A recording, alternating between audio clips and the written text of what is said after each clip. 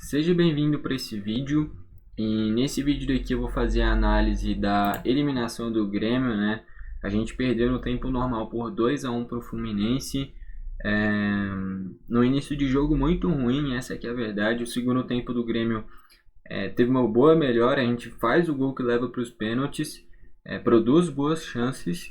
E aí na disputa de pênaltis, de novo a gente está eliminado. Há pouco tempo atrás tinha sido eliminado pelo Corinthians e agora pelo Fluminense, tá? Então, vou fazer a análise aqui completinha, só antes de tudo, solta a intro. Bom, então vamos lá. Queria dar aquele aviso, quero e vou dar aquele aviso de sempre, né? A área de membros da análise da Eurocopa tá aqui embaixo, quem quiser tá disponível. Com cupom de desconto 21 Futebol Clube fica menos de R$15, tá? Baratinho, vai dar uma nostalgia bacana para relembrar como é que foi a competição há menos de 2, 3 meses atrás. E também a questão do áudio. Eu cheguei a comprar um microfone para testar um áudio novo ontem no Berg Tips, que é meu canal de apostas, que eu trago as apostas que eu faço diariamente. Terças e quintas tem vídeo sempre lá.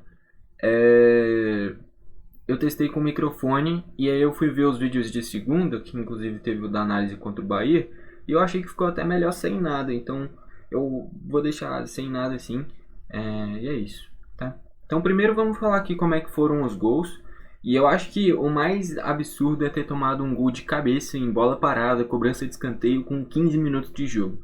Isso destrói qualquer estratégia, tá? Eu vi que muita gente contestou a escolha do Renato por 3 zagueiros. E na minha visão fez correto. Eu, inclusive na análise contra o Bahia, falei, provavelmente o Grêmio vai com 3 zagueiros.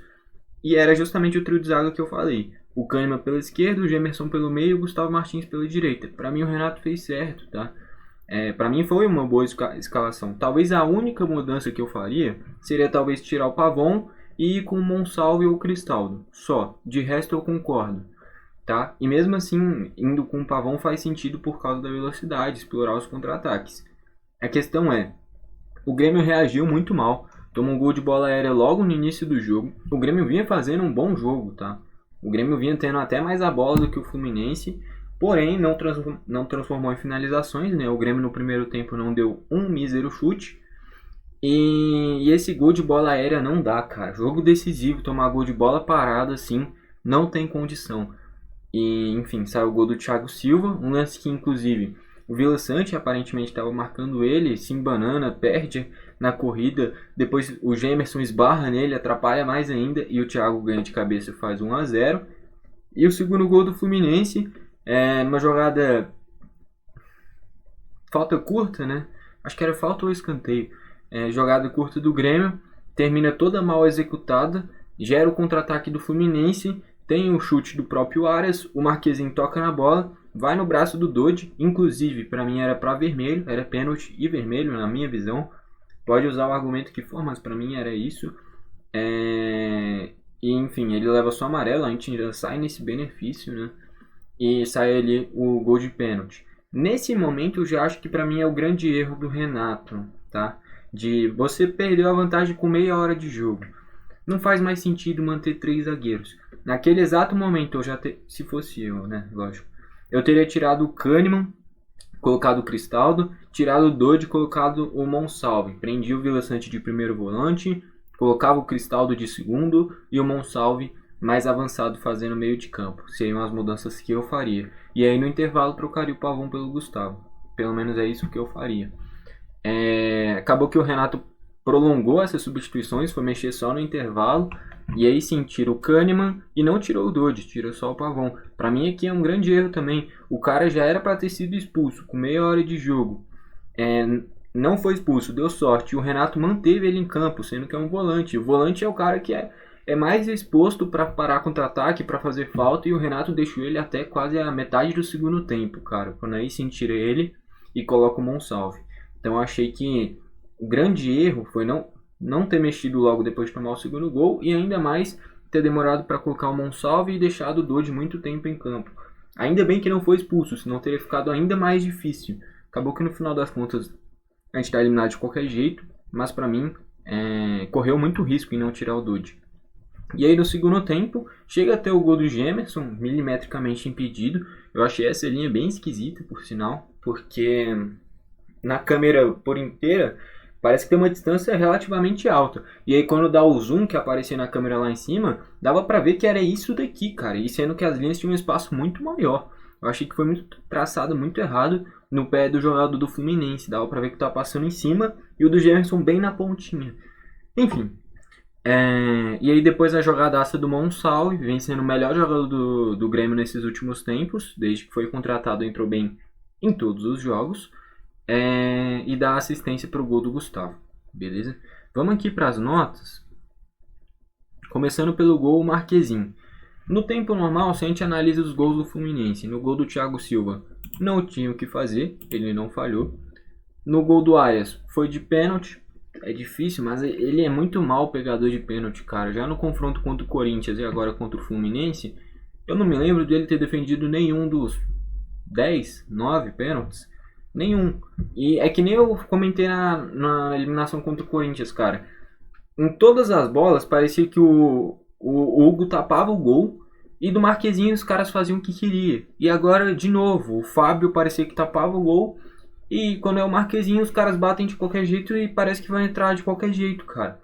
Então, é justamente no que eu já comentei aqui, no momento que o Marquezinho pegou a titularidade do Grêmio.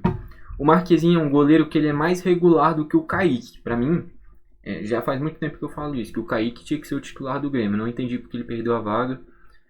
Mas o momento que o Marquezinho se assegura como titular é naquele jogo contra o Achipato, que no segundo tempo ele fez uma partida monstruosa lá no Chile, né? Gramado alagado, chuva, e aí ele pega muito salva a gente.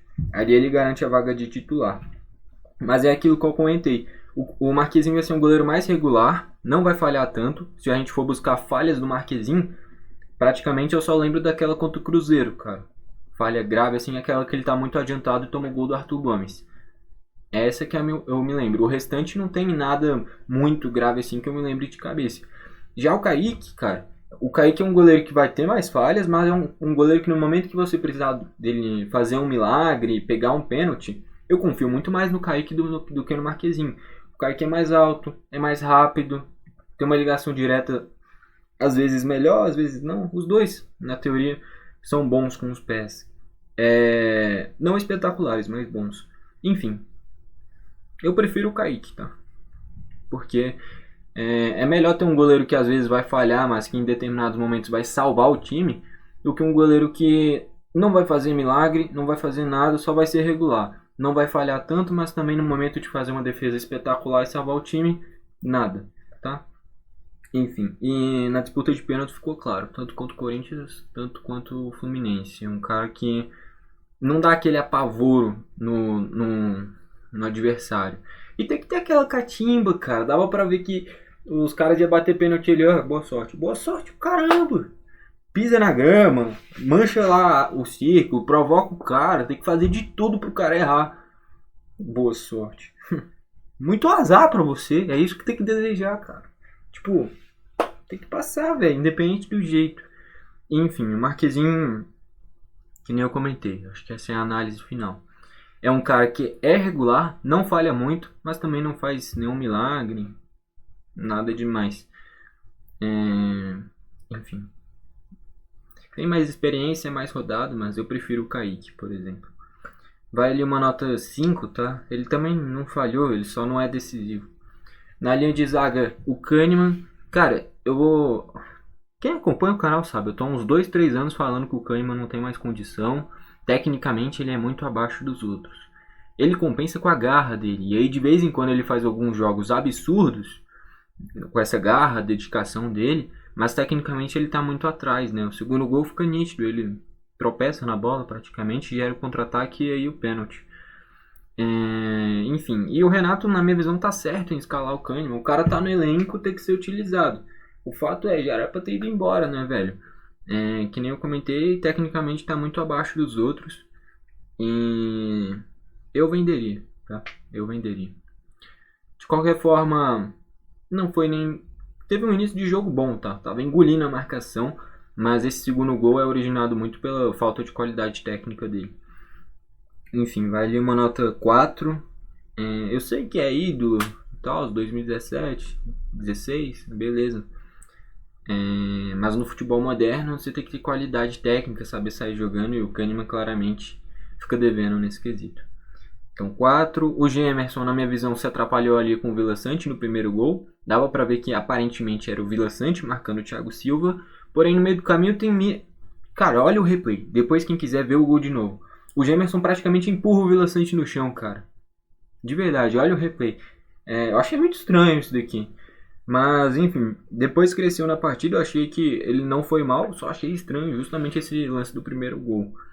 Teve desarme importante no segundo tempo, saiu bem pro jogo até, vai uma nota 6. O Martins teve alguns erros, alguns botes errados, mas compensou em outros, tem muita velocidade, ajuda nessa recomposição. Futuramente deve ser zagueiro titular do Grêmio. Hoje em dia, disparado o melhor zagueiro do Grêmio é o Rodrigo Eli, e a dupla de zaga, resta a dúvida se é o Gemerson ou o Gustavo Martins. E eu queria ver o Rodrigo Caio, né? Mas parece que já chegou machucado, cara. Enfim, vamos uma nota 6 pro Martins também. O João Pedro não fez nada demais, não atacou muito, não defendeu muito, bem discreto, nota 5. O Reinaldo participou nessa jogada curta que originou o segundo gol. Bateu o pênalti muito bem, vale destacar isso. Fica notório que hoje o Reinaldo é o melhor batedor de pênalti do Grêmio e é o cara das bolas paradas, não adianta. Pode ser que com bola rolando ele tenha defeitos na parte defensiva, mas com a bola parada, enfim, ele é o cara mais importante do Grêmio nesse quesito. Vai ali uma nota 6. No meio de campo, o Dodi e o Vila Sante, cara, os dois foram mal. Os dois não participaram na criação, não conseguiram fazer o Grêmio ter a bola e, de novo, eu já tinha comentado contra o Bahia, o Grêmio é uma equipe passiva, o Grêmio não se impõe contra ninguém. Pega as estatísticas de todos os jogos do Grêmio no Brasileirão, Libertadores, Copa do Brasil. É muito raro o Grêmio ter mais a bola, ter mais chutes, ter mais escanteios. É muito difícil, principalmente posse de bola. Mesmo quando tá perdendo, quando precisa do placar, o Grêmio geralmente tem menos. Tanto é que eu vou trazer as estatísticas daqui a pouco. E o Grêmio enfrentou um time treinado pelo Mano Menezes ainda, que é um cara que geralmente não preza tanto pela bola. E provavelmente, eu não sei, mas eu vou olhar aqui com vocês, provavelmente o Fluminense teve mais a bola de novo, sendo que desde os 30 do primeiro tempo o Grêmio precisava fazer o gol. Enfim, daqui a pouco eu trago as estatísticas. E o Dodi e o Vila Sante não conseguiram se apresentar para fazer o jogo acontecer e defensivamente também não foram bem. Eu fiquei surpreso negativamente com o Vila Sante, porque sempre é uma unanimidade nesse meio de campo do Grêmio, um dos caras com maior poder defensivo e ainda tem a chegada na frente. Porém, não foi bem na partida. Vamos a nota 3. E o Dodi também não. Na criação não se apresentou muito e defensivamente também não foi muito bem. Nota 3 também. No ataque, o Soteldo cresceu no segundo tempo, quando ele vai para o X1 para cima do Guga. De novo, quando entrou o Gustavo na esquerda e o Soteldo na direita, o Grêmio cresceu. Infelizmente, o Gustavo está indo embora. Justo para ele, ninguém quer crescer na carreira, não adianta querer ser reserva. Se for para ser reserva, que seja em um campeonato de nível altíssimo como a Premier League. Enfim, no geral o Soteldo quando vai para a direita cresce muito nesse mano a mano. De novo. Enfim, vale uma nota 7. O Pavon discreto não fez nada de novo, cara. Vários jogos em sequência que o Pavon é nulo. Não vai nem mal nem bem. Ele não toca na bola. Se pegar as estatísticas dos últimos jogos do Pavon, se ele tocou 15 vezes na bola em cada jogo, foi muito. Então, muito discreto, pouco participativo. Eu sei que ele tem a garra, tem a dedicação, mas chama pouco o jogo, não participa muito, muito discreto. Vamos a nota 4. O Bright White lá na frente participou muito pouco no primeiro tempo. No segundo, quando o Grêmio tem um pouquinho mais a bola, faz um pivô interessante, dá bons passes.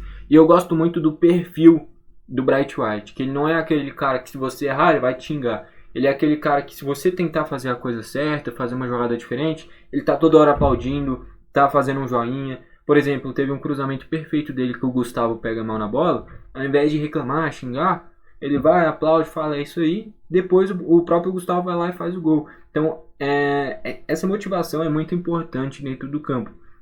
A maioria dos jogadores, não sei se no mundo inteiro, mas do Brasil com certeza dá pra falar com propriedade, tem a mania de só reclamar, só xingar, só puxar pra baixo o companheiro. E quando tem um cara assim que traz a energia pra cima, busca incentivar o cara a tentar de novo e de novo, isso ajuda muito no mental do time, tá? E não à toa o próprio Gustavo, que foi um lance bizonho, ele sozinho chuta pra fora, né, de esquerda e errou por muito, e minutos depois vai lá e faz o gol. Foi um dos melhores do Grêmio vindo do banco. E eu queria destacar essa parte motivacional que é muito importante do Bright White.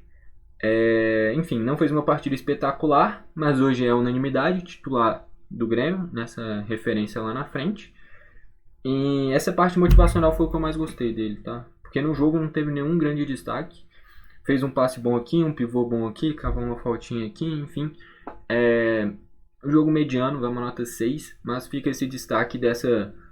Ao invés de criticar, motivar para tentar de novo e aí acertar. Eu acho isso muito bacana, cara. Deveriam ter mais jogadores assim, não só no Grêmio, mas no futebol no geral. Que às vezes fica um ambiente muito negativo, muito pesado, de você ter medo de arriscar porque sabe que vão te xingar, vão reclamar. E dá pra ver que o Bright White é o contrário, isso é muito bom. Vamos nota 6. O Arezzo entrou, também não fez muita coisa, vamos nota 5. O Cristaldo entrou mal, forçando o lançamento errado, dando passe errado. Enfim, não gostei, achei que entrou mal. E ainda perdeu o pênalti de novo, igualzinho o jeito que bateu contra o Corinthians. Meia altura, forte. Mas meia altura contra dois goleiros. Um que é muito alto, que é o Hugo, e o outro que é acima da média, que é o Fábio. Então você tem que tirar bem ou deslocar o goleiro. E ele não fez nenhum dos dois, só chutou forte, meia altura, os goleiros agradeceram e defenderam. Então o Cristaldo perde muita moral. Eu acho que hoje não é titular do Grêmio. Para mim o Monsalve está na frente dele. Em menos de um mês no clube já provou que é mais jogador, é mais novo, é mais rápido, tem melhor drible, chuta melhor e é mais decisivo. Então, hoje para mim o Cristaldo é reserva. Por mais que já tenha quase 1 ano e meio, 2 anos de Grêmio, hoje para mim o Monsalve pegou a vaga dele, tá? Vai uma nota 3, entrou bem abaixo o Cristaldo. E o Monsalve de novo entrou bem. O Monsalve é muito acima da média. Tem um controle de bola bom, prende bem a bola, é rápido, é habilidoso, tem bom drible, tem bom passe, tem boa tomada de decisão, tem bom chute. É muito acima da média. Se a gente pegar todos os jogos dele pelo Grêmio, são o quê? 4, 5? Um único jogo ele não participou em gol, que foi contra o Bahia. Contra o Cuiabá, faz uma assistência espetacular para o Bright White. Contra o Atlético Paranaense, faz gol e sofre falta do outro gol. Não fez nada contra o Bahia, mas mesmo assim jogou bem. Agora ele dá assistência para o gol contra o Fluminense. O Monsalve é titular do Grêmio. Por merecimento, o Monsalve é titular. Ponto. Não tem outra coisa. Vem rendendo muito mais do que o Cristaldo, do que qualquer outro meio campista do Grêmio. Vai uma nota 8 para o Monsalve, muito acima da média. O Natan Pescador entrou só para bater o pênalti. Perdeu o pênalti. Dá um 0. E eu comentei, né? Pra mim o Natan pode ser útil, bem aproveitado, jogando como segundo volante, tá? Ou o Dodge ou o Vila Sante atrás dele, e ele nesse segundo volante rendendo mais ou menos o que o Edenilson poderia render. Eu acho que ele pode ser interessante nesse quesito, se ele tiver aquela garra, aquela dedicação que em determinados momentos já teve com a camisa do Grêmio. E o Gustavo entrou muito bem também, vai uma nota 8. Indo pro X1, chamando pro drible, bons cruzamentos, boas jogadas, fez o gol. Acho que um dos únicos erros foi esse que eu falei, o cruzamento do Bright White, um chutamento que foi bem forte, né? E o Gustavo pega mal na bola e chuta pra fora. Enfim, é isso. Aí estatísticas, não, destaques do Fluminense primeiro. O Fábio nos pênaltis, decisivo. O Thiago Silva, tanto no ataque com essa bola aérea quanto na defesa, muito bem, né? O Guga, a maior parte do jogo foi bem. Depois que o Soteldo começa a ir pro X1 pra cima dele, cava amarelo, cria boas jogadas, o Monsalve ataca as costas dele e ele sai o gol. Então, o Guga tava bem até o Grêmio entender que é um cara que está improvisado na lateral esquerda, justamente sabendo que o reserva ali ia ser o esquerdinha, que é um cara que sofreu demais com o Soteldo no primeiro jogo. Então quando o Monsalve cai por ali, o Soteldo cai por ali, o João Pedro aparece um pouquinho mais, o Grêmio encontra o gol, justamente nas costas dele. E vale destacar, começou com o Soteldo, né? Que quase todas as bolas estavam pegando indo por X1. Quando o Monsalve se desloca, ele dá o passe rápido e encontra o espaço. Enfim. O Ganso, porra, o gol que ele fazendo de cobertura no travessão. O Ganso é muito acima da média, né? Cá entre nós, tecnicamente ele é muito bom. Mas não deveria nem ter jogado, né? Porque deveria ter sido expulso na ida. Acabou que a arbitragem optou por dar só nada, né? Porque só expulsou ele e não fez nada com ele. Enfim, não era nem pra ter jogado, talvez a história teria sido diferente. Mas aí fica naquele campo do se tivesse sido expulso, o que deveria ter acontecido, mas não foi. Talvez o Dote também deveria ter sido expulso ontem, então não dá pra pesar na arbitragem. A gente perdeu o nosso melhor zagueiro, mas sobrou um volante no campo também. Porém, o Ganso deveria ter sido expulso nele. O Serna ficou abaixo, né? Dá pra ver que ele, nessa parte motivacional, sempre apoiando, mas tecnicamente errou muito. O Arias, eu diria que em condução de bola, se não é o melhor, é um dos melhores jogadores do cenário sul-americano. E eu diria que no mundo, talvez seja top 10, top 20 melhores condutores de bola. Eu não estou falando que é velocidade, que é drible, que é chute. É um cara que é muito difícil de você roubar a bola dele. Ele protege muito bem. Às vezes é fominha pra caramba. Vários momentos ele prende muito a bola. Tentava cavar uma falta, o juiz não dava. Depois reclama, mas perdeu porque prendeu. Aí acumula 3 caras do Grêmio no mesmo jogador, né, no próprio Arias. E aí rouba a bola. Pô, ele é bom condutor de bola, mas às vezes se perde nisso daí de prender demais a bola também. E aí depois não adianta reclamar. Se não tocou, se lascou. O John Kennedy entrou bem, né? O Nonato entrou no meio de campo, o Felipe Melo na zaga. O Lima entrou no meio de campo e o esquerdinho na esquerda porque o Guga estava com câimbras. Estatísticas, 13 chutes do Fluminense sendo 4 a gol, 6 do Grêmio sendo 2 a gol. Posse de bola. De novo, mais posse de bola para adversários. 53% a 47%. Que nem eu já comentei, não precisa ter um futebol brilhante, mas precisa ter resultado. E nos jogos decisivos o Grêmio foi eliminado para o Corinthians e foi eliminado para o Fluminense. Então, e não dá para falar que são dois adversários muito fortes. São dois adversários grandes, mas em fases muito ruins, talvez até pior do que a nossa. E o Grêmio foi eliminado pelos dois. Não à toa o Grêmio está na frente dos dois no Brasileirão. Mas chega no momento decisivo, os caras do Grêmio não tem cabeça. Pipocaram. Aí, menos posse de bola de novo. Faltas 23, sendo 5 amarelos pro Fluminense e 3 pro Grêmio. Escanteio 7 pro Fluminense, 2 pro Grêmio. De novo, contra o Bahia foi, acho que 5 pro Bahia, 1 pro Grêmio. O Grêmio não gera escanteios, tem menos posse de bola, tem menos chutes. É todo jogo assim, cara.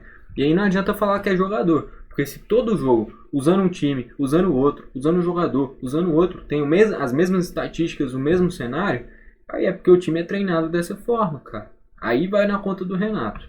Eu acho que na escalação, beleza. Eu acho válido ter ido com 3 zagueiros. Eu acho que foi uma boa escalação, eu concordo. Porém, o time reage mal, não consegue administrar o jogo, toma um gol de cabeça muito besta no início do jogo, erra em cobrança de falta curta, gera contra-ataque, toma gol, era para ter ficado com 1 a menos, tudo isso com menos de meia hora. Foi um desastre. Dos 10 minutos até os 30, atuação bizarra do Grêmio. E aí era pro Renato ter mudado. Tirava o Kahneman, colocava o Cristaldo, tirava o Dote, colocava o Monsalve. Não fez isso, foi mexer só no intervalo, não colocou o Monsalve, colocou só na metade do segundo tempo. E nesse pouco tempo ele já decidiu, fez o gol, a assistência pro gol do Grêmio. Então o Renato mexeu mal, demorou para mexer, principalmente. Tá? E eu não vou ficar falando aqui, tem que demitir o Renato e tal, porque eu acho que não é momento. Acabou a temporada do Grêmio, deu tudo errado, não adianta. Uma equipe que foi vice-campeã brasileira, veio com muita expectativa para a temporada. Vai ver, tá eliminado da Copa do Brasil, tá eliminado da Libertadores, contra 2 adversários que eram totalmente passáveis. A gente enfrentou 2 adversários que estão atrás do Grêmio no Brasileirão. Porra, se não era Corinthians e o Fluminense, seria o quê? Atlético Goianiense, Vitória na Libertadores, na Copa do Brasil. Entendeu? O Grêmio pegou os adversários, na teoria, dos que era para pegar, não eram tão difíceis. Porém, o Grêmio se perde no meio do caminho, não consegue se impor e está eliminado nos 2 campeonatos. Não tem mais nenhuma chance de título nessa temporada. Basicamente, só não ser rebaixado. A temporada já deu errado. A gente não tá na metade do ano, um pouquinho mais. E a temporada já deu errado, já foi um fracasso. Porque o Grêmio não ser rebaixado, que meta é essa, cara? Que meta é essa? Enfim. Realmente decepcionante, tá? Porque se a gente compara as equipes que subiram com o Grêmio ano passado, tiveram uma temporada ruim ano passado. O Bahia, o Vasco, o Cruzeiro. O Bahia, o Vasco e o Cruzeiro. Aí a gente olha para essa temporada, Bahia brigando pelo título brasileiro. Cruzeiro brigando pelo título brasileiro. Vivo na Sul-Americana. O Vasco, vivo na Copa do Brasil. Mal no Brasileiro.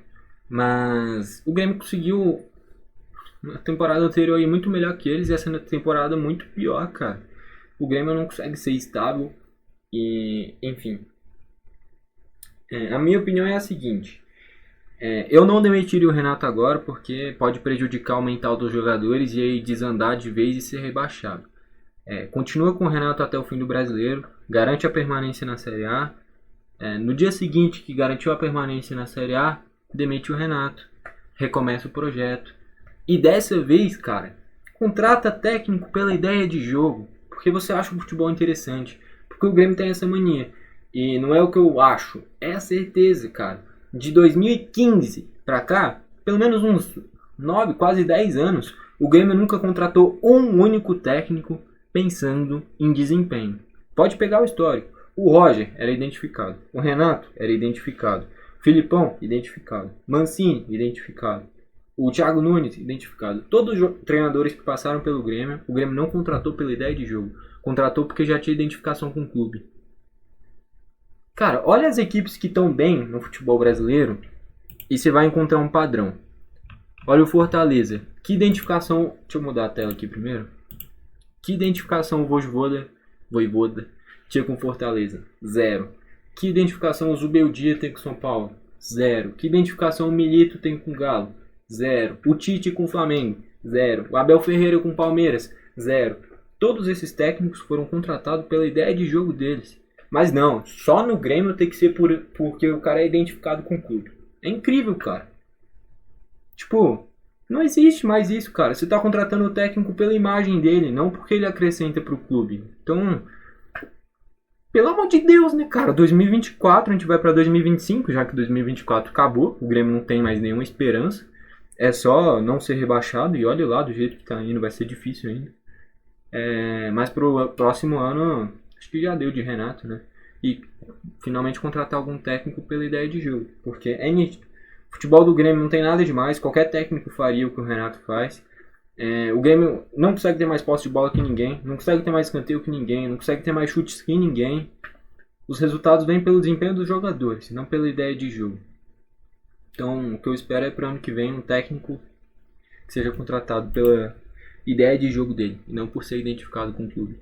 Eu dei todos os exemplos aqui, cara. Equipes que estão bem, nenhum técnico é por identificação. Rogério Ceni no Bahia, tipo, nenhum é por identificação.